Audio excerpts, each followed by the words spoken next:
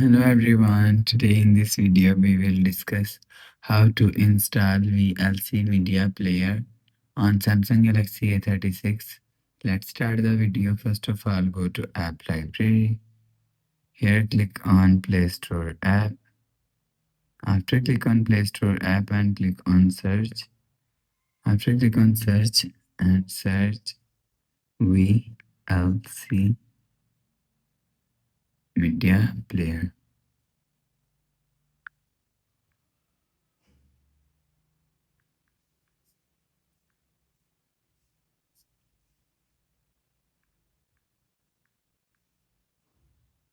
And click on search.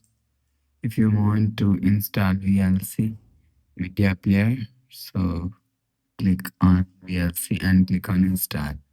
After click on install, VLC is installed according to your internet connection. After install VLC and VLC showing on your app list. After the process, go back to home screen. So that's how you can install VLC media player on Samsung Galaxy A36. If you like the video, please subscribe. Thanks for watching.